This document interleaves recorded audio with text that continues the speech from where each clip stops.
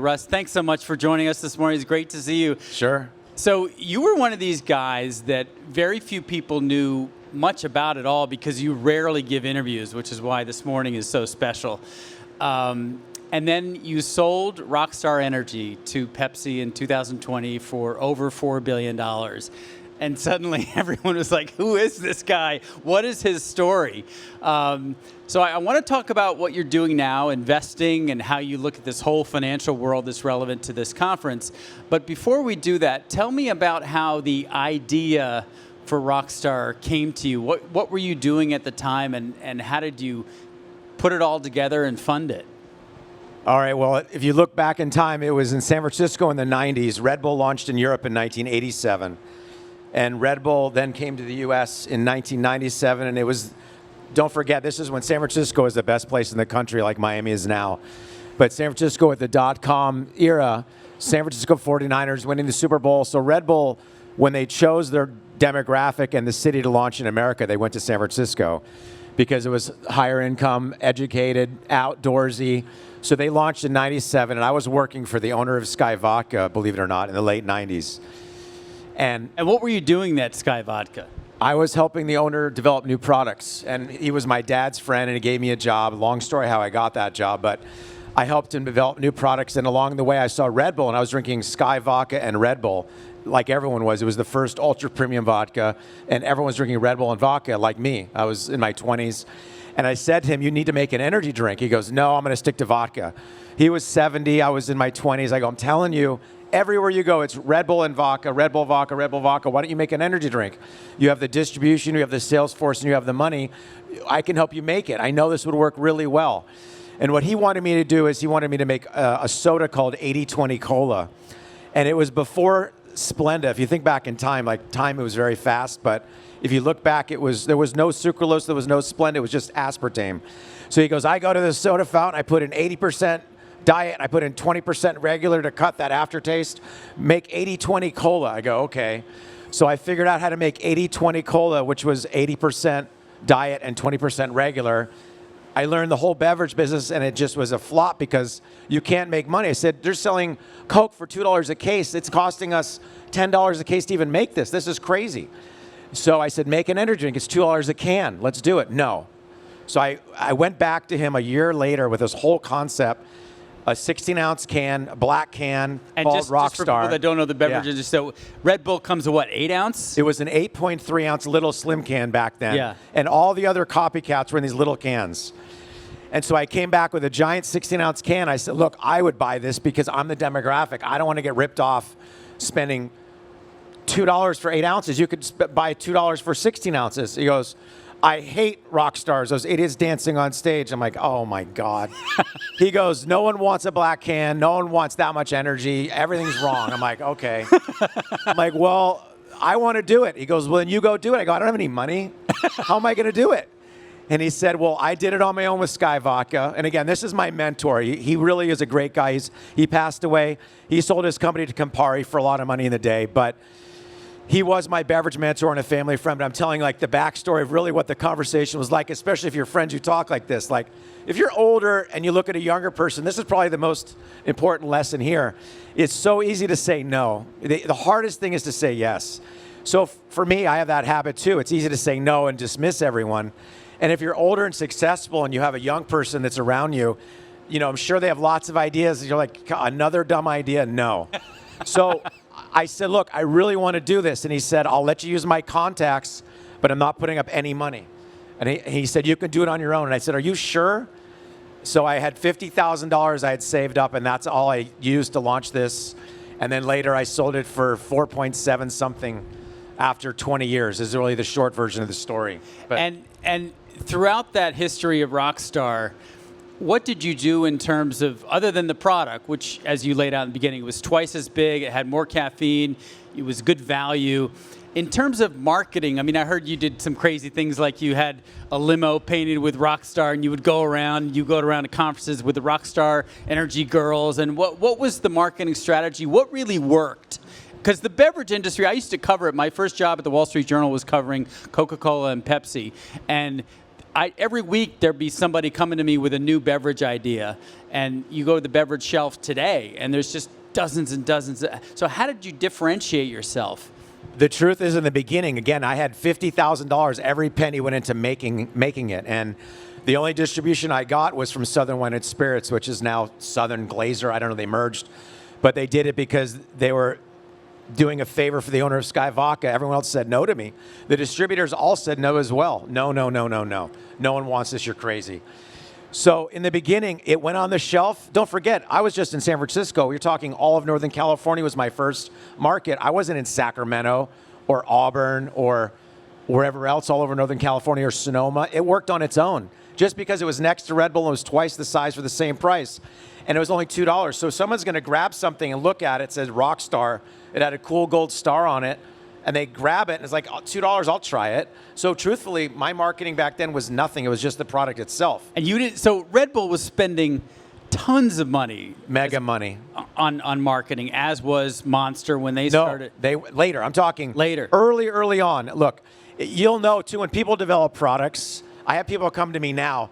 I've been trying this for 5 years. I go, well, then it's failed already. You'll know right away. It's failed. Only 5 years. It either works right away or it doesn't. You'll know. It's not like something, they'll figure it out later. And this is Maurice. I'll give good stories of Maurice Canbar. He had his 11th commandment was thou shalt not bullshit thyself. So that was his 11th commandment. This guy was a really great guy. So he had some good lessons for me also. And another really good lesson he gave me was when you stop acting like a small company, you become one. He would hate waste, hated it more than anything. He'd always give people grief about wasting money, but he was always very frugal. That's why his margins were so high and he sold for a big number. So I was frugal with Rockstar as well, very. We didn't waste money. First of all, I didn't have any to waste. Yeah. Well, the other thing that's so unusual about your story in Rockstar is that you didn't have outside investors come in, because successful companies today especially, they have venture capital in the beginning, and then they have private equity, and then they have a third or fourth round. And by the time you sell it, the owner's stake is like 10%. In this case, it was you and your mom. And your mom, Janet, is here today. I don't know if she's down there in the crowd. There she is. So she really helped. Give a big round of applause for Janet. I couldn't believe... She kept the money safe while I trailblazed is really what happened. And that's another thing in business, too, how many stories you hear of partners screwing each other over and robbing each other. And it's terrible, but I was lucky that I never had to worry about the money being stolen from me, so I could not think about that, and I could just go get distribution and go meet with chains all over the country. Well, what about the decision? Did you have people at various points wanting to invest? Yes. Why didn't you? Well, that's a great story. In fact, I had one guy in Hollywood who turned out to be a bad guy later in life who really wanted to buy in 10%. And my dad warned me, said, don't trust Hollywood people, stay away from them. So I had good family advice with that, which is good. And it was very tempting to be like, wow, I could be in that world. And I stayed away, thank God. And then I had private equity later that were begging to invest, but they were like, we'll give you 10x your EBITDA. I go, 10x EBITDA? No way. I'm like, that's too cheap. No. That's their model, right? Obviously to make money. So if they want to invest, and I didn't have debt, so I didn't need to pay people back. I didn't need to take money. So we made money from the beginning, like day one we were making money. We never didn't make money. So I didn't need to borrow money. Yeah. Sure, looking back now, maybe I would have been worth $100 billion if I had borrowed money and expanded faster. So there's good and bad of what I did. I just did it this way. At what point did you suddenly realize you had reached a level of wealth that was like, wow, this is different. This puts me in a different place in life. Was there any moment? I'm still striving for that. I'm still going. I'm still fighting every day. $4 billion later. Look, I'm looking at stocks trading like you guys should like this. I trade off my phone all day.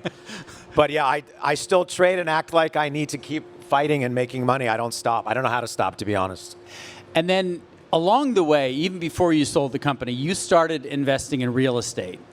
So how do you see real estate? And, I saw these articles that you'd buy a house in Utah or California for $12 million and 3 years later sell it for more. How do you see real estate? Were these properties you were using?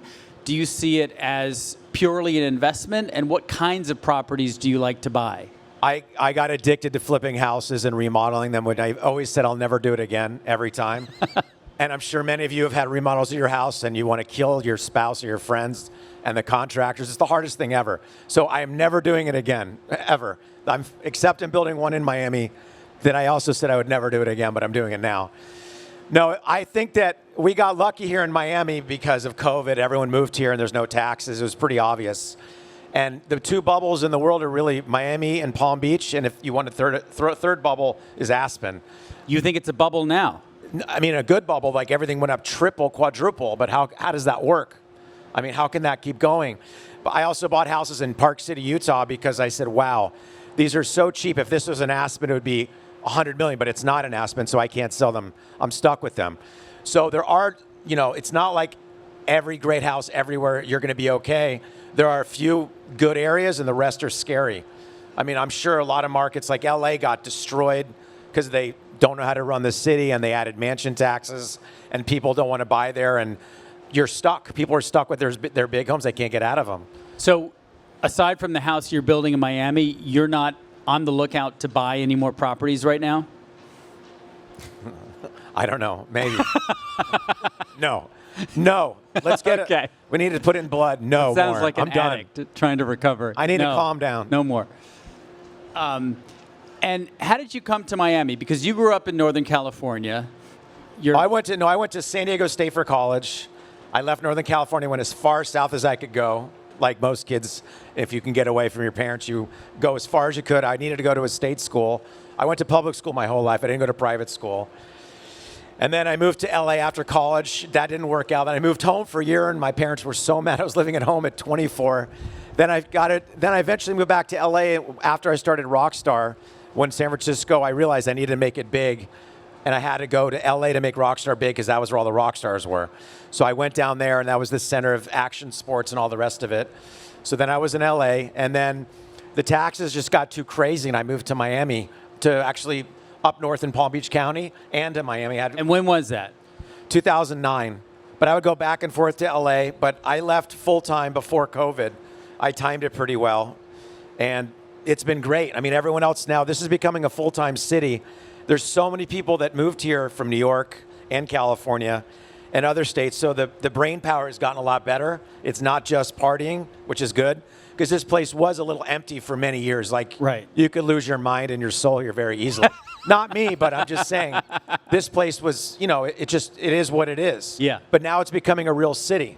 The only problem is the traffic, obviously, and the environment's getting destroyed. I don't think they have a plan for that. And so you moved here well before you sold the company. What was behind your decision to sell? Because that's one of the hardest questions that entrepreneurs have to ask and answer themselves. I'll tell you, I was lowballed from early on. Like for 10 years, every year or so, I'd get another lowball. I can tell you now who. It doesn't matter anymore. Dr. Pepper in the beginning, they tried to lowball and talk about how crazy. They could have bought us and Monster back in the day for nothing. Even when I sold my company right before, I think Celsius's market cap was like $40 million. It was nothing. And now they reached last year, 21 billion. Now they're back down to 7, 8 in that range, I think. But I sold at the end because I was losing market share, to be honest. It was getting harder and harder. Red Bull and Monster were spending more money. They were getting a lot bigger, and they were spending more to fight. And I was getting squeezed. Why didn't you just spend more? I didn't want to. I'd rather sell. I didn't want to lose all my money. And I knew if I had to spend another, my margins would get killed, my EBITDA would go down, my value would go down. What's the point? I could go increase sales a little bit and have my EBITDA cut in half. Then what's my company worth? When you look back at the price that Pepsi paid for it, how did you negotiate that deal?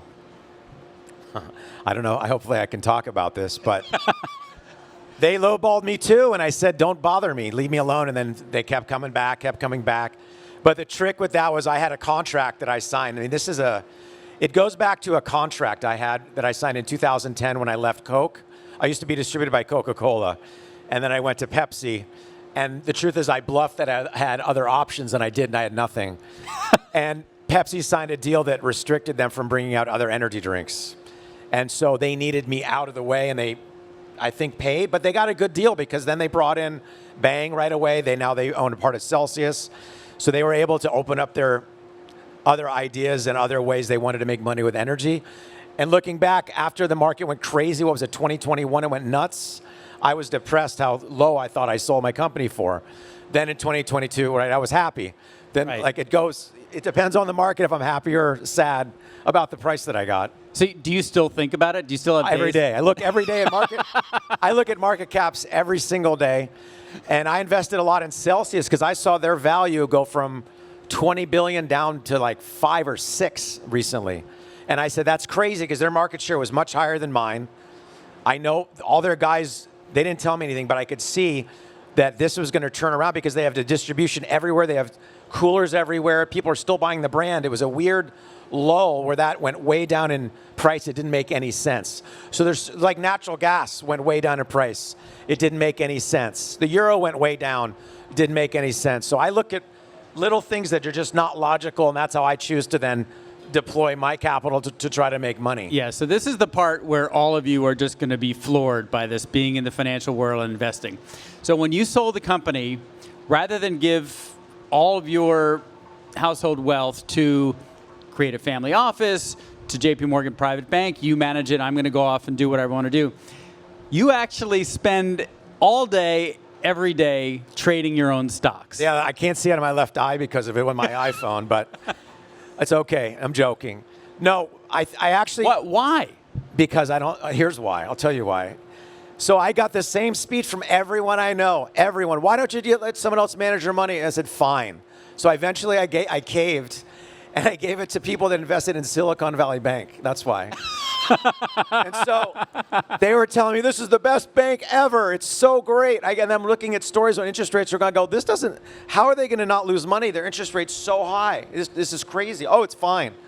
Bam. I lost a lot, but not compared to what I could have. It wasn't that crazy. Like, they just put in a bunch of bank preferreds was what they recommended were the safest investments. And, of course, they put it in Silicon Valley Bank. I mean, it doesn't matter. It's a write-off, right? At the end of the day, for me, it's fine. But that's the example, is that I just don't like it. I want to do it on my own, and it takes a lot of work and time. It's probably a very...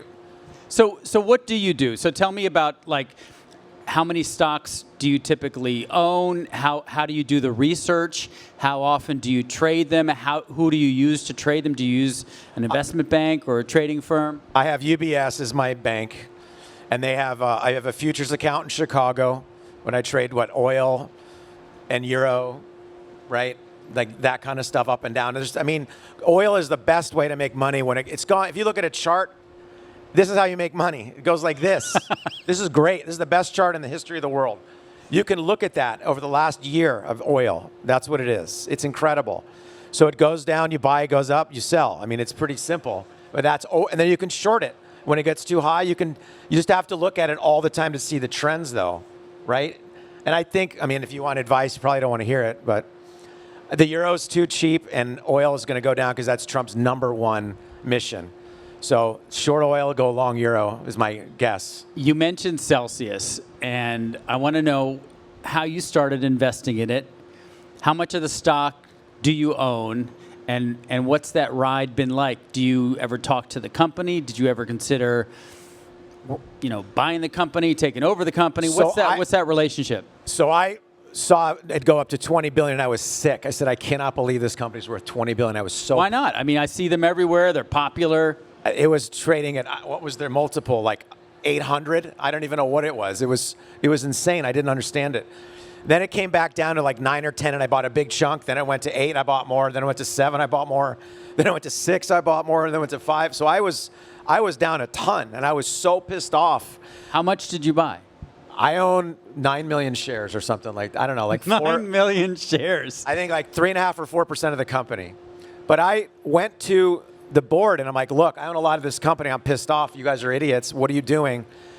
And I said, I want to help you get involved, and they don't want me. They just didn't want my advice at all. And a lot of their guys work there that all work for me. You're the founder of Rockstar Energy. You own 3 or 4% of the company, and they didn't want to talk to you? They want to talk to me. They talk like a robot. They're like, we talk to all investors. I go, don't give me that speech, please, whatever you do.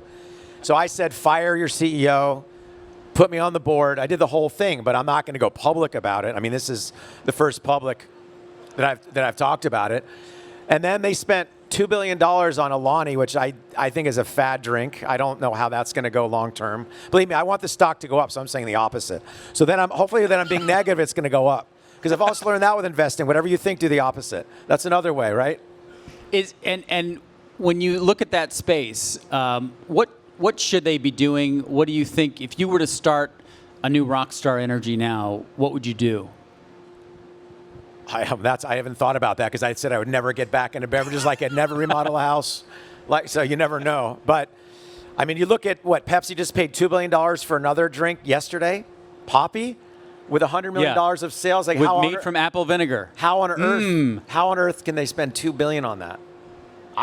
But that's good news for everyone that's an entrepreneur. That shows that, hey, if you could make an idea, and she and her husband started it just because she wanted a health drink. Yeah, it's incredible. I mean, that's a mind blower. And Alani. So think about it. In the last month, 2 new brands sold for $2 billion out of nowhere. So that means anyone else can come up with a drink. If you can get on the shelf, it may work, right? I mean, that's the thing, is don't say no, say yes, right? And so I was amazed when it comes to day trading. So you don't have a big Bloomberg terminal. You have the Apple Stocks app on your phone, which you look at all day. That's how I trade. And how often do you trade? How much time do you spend on it? Too much. Okay, I'll tell you a good negative story. I love the negative stories. They're more fun than the positive. So I trained myself on all this. No one taught me. I just said, I'm going to figure out how to do this. So I think 3 years ago is when I opened up a big futures account in Chicago, and the Russia war was about to start with Ukraine. And I go, there's no way they're going to go to war. There's no way. So on a Friday, I go, I'm going to bet big. S&P up, oil down. Sunday comes, no peace deal. Monday comes, S&P down 3%, oil up $10, and I'm down 56 million. And I'm like, oh my God. And I'm like, I was so conservative when I ran my company. I only did like municipal bonds. I never ever bought stocks, because that's what's a full-time job. If you trade stocks like this, that's all I do. When I ran my company, that's all I did. It was the same thing. That's probably what it took the void, is that I was running Rockstar day and night. In fact, when I sold my company, I remember just sitting at my desk with nothing to do, just staring at the screen. So I filled it with this void. Eventually, 2 weeks later, it came all the way back down, and I was like down 3 million. I'm like, just get me out. 10 minutes later, I would have made 20. Like if I had waited. That's the crazy thing about betting big and like futures trading. It moves so violently. But yeah. I was on a phone with him recently. We were doing a prep call for this, and it was the Celsius earnings. So Celsius earnings come out. Stock went down. You were down. A lot. A lot. You want to tell how much you were down? You were down 90. Yeah. And then by the end of the call, it had come up. So there was like a $60 million swing in your position just during our 10-minute phone call. How do you sleep with those kinds of swings during the day? Who said I slept? No, during that, so those 2 weeks after the war started, I didn't sleep, actually. Every night I was looking at like now on your phone, I mean, this thing is deadly. I should like burn it or put it. I should lock myself in some room with a lock from the outside with no phone so I could sleep. But yeah, I'd be looking all night at the futures. It's crazy. And then the market opens in Europe, then in Asia, and then this, and then that. It's not stop. So how do you see the markets right now? Because you spend your day, your nights looking at all this stuff. How do you see this tariff uncertainty? We're down today. We were up a lot yesterday. Are we still? It could be up now. I haven't looked. I don't know. Are we up? We need the audience participation on this. Yeah, I don't know if we're up or down. But how do you make sense of what's happening? Where do you see it going? And if you were, and you probably are, betting on things right now, what do you think is going to come? What are the opportunities right now in this market? Well, you remember when Trump was president last time, the market went down 20%, right? And then it shot up. It's probably going to do the same thing. It's going to go down, and then it's going to go back up.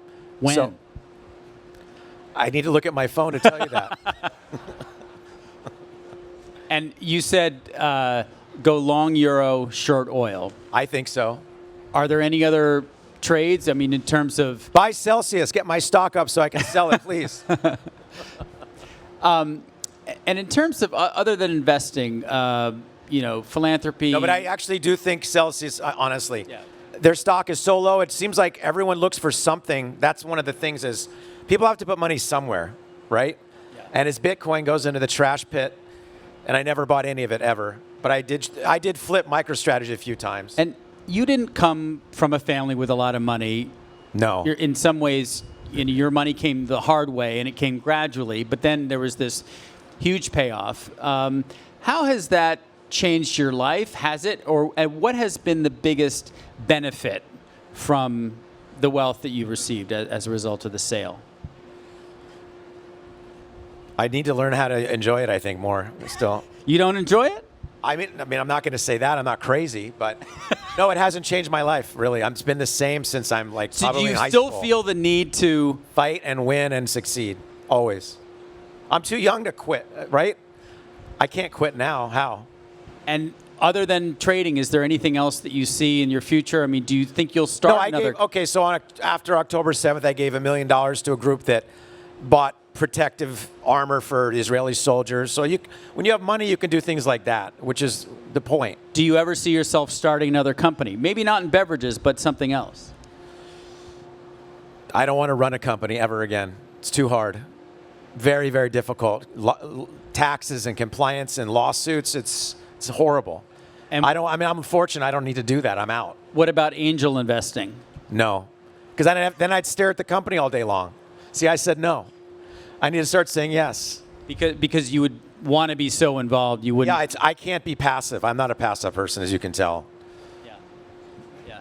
And in terms of real estate, so you're building a place in Miami. Tell us about that, and how else do you see yourself sort of spending time, and what are your other interests right now? So in Miami, I found this great piece of land on Pine Tree Drive. It was the old Collins estate. It was built in the 1920s, and I saved this historic home, and I moved it to the front of the property. I'm building a modern house in the back. So I saved a big part of Miami history. I could have torn it down, but now I've remodeled this great old mansion. So now the way I've remodeled it, as good as it is, that thing will last 1,000 years. So that old home, remember, built 100 years ago, it's still here. So what we're doing now with steel and everything else, it's going to be here, honestly, 1,000 years on Pine Tree Drive, right across from Collins. It'll probably be the most recognizable property in Miami Beach. And now that Miami Beach is the center of America, that means it's the most recognizable house in America when it's done. It's 4.6 acres. It's rare for Miami to have that much land on a house. So it'll be pretty wild. And, a lot of people, when they look at wealth today and Miami has been, I guess, a sort of different view of success than California. Your parents are still in California. How do you see Miami and their role continuing to attract wealth, continuing to be a place where wealth feels and is treated well? Well, there's no taxes here, so that's not going away anytime soon. It's in the state constitution. I think it needs 2/3 votes by the legislature to get rid of it. So that's not happening with a Republican state. And for this place to turn Democrat, 2/3 would be, I don't know how that would ever happen. But you never know. But for right now, it's tax-free. In California, I thought about it, like if I ran California, what would I do to get everyone to come back? All they would have to do is say everyone that's wealthy, no taxes for 10 years, come back, and real estate booms. Can you imagine how easy it would be? But they hate wealth in California. They hate it. They hate people that are rich. They don't want them around. They just hate them. So jealousy, it's not a good thing. Envy is not a good thing. There's a lot of jealousy and envy, and they want wealthy people out of the state so they can wallow in their misery. And it's sad, but they could bring people back like me, and the state would be incredible.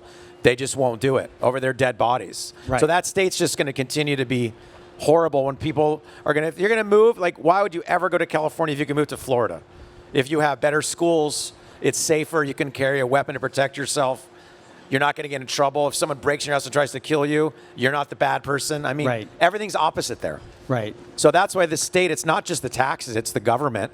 DeSantis is the best governor in the country. He saved Florida, and then he saved the country because the rest of the country had to basically do what he did. Imagine if this was a Democrat state. We would have all gone into basically what happened in the UK or Australia or Canada. We'd have been locked down for years. It was insane, and he saved us. So the leadership of Florida is incredible. So you have a lot of good things here.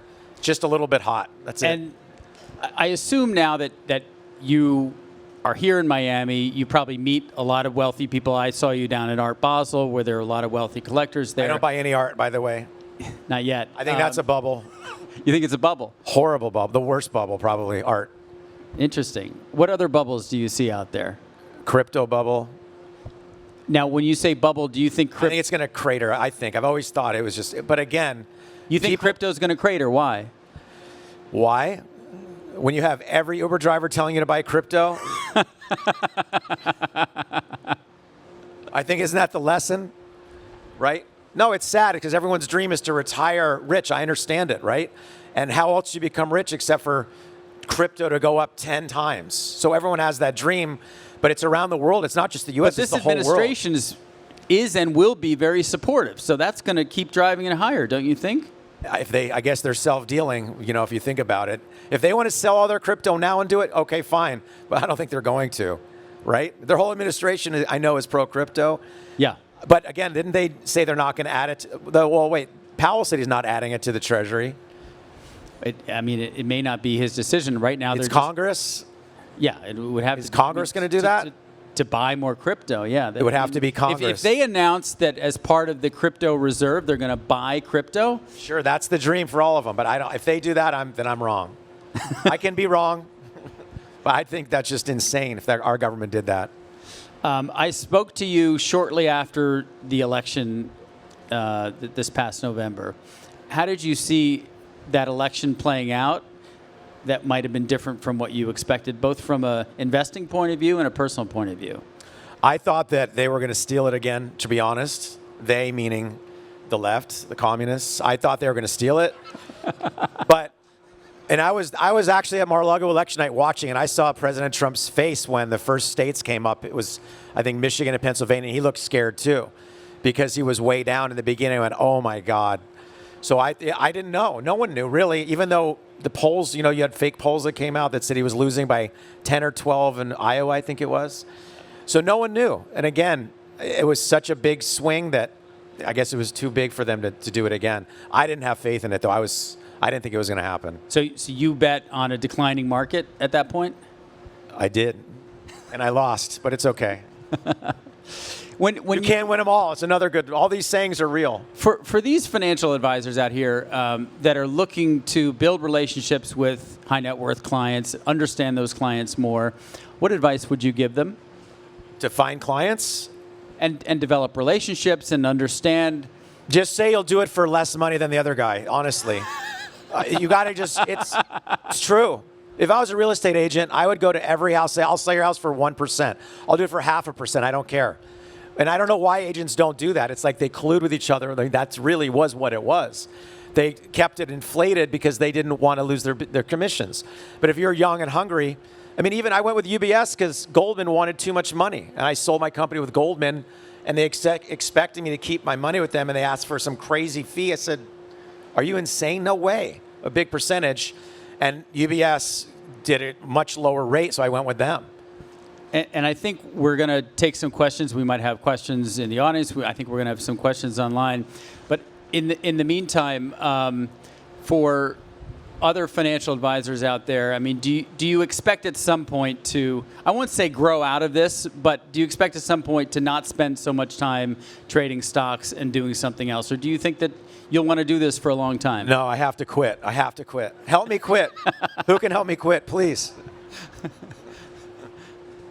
No, I really do need to stop.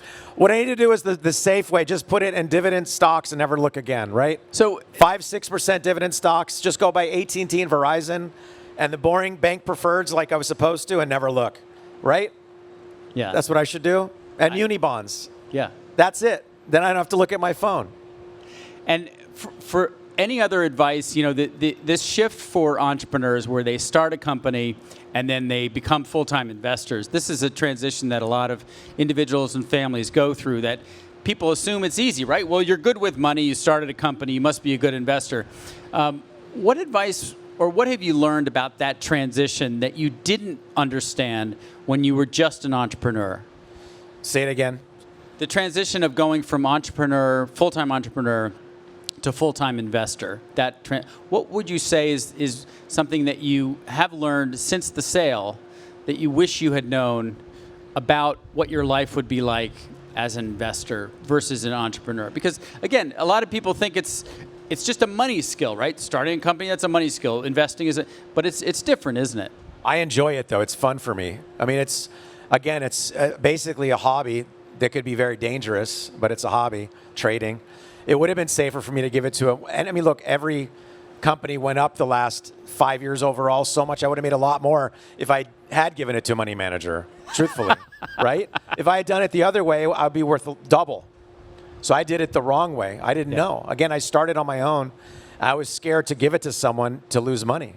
Because you hear stories like Bernie Madoff and things like that. Yeah. I didn't know. And the market was dying in 2020.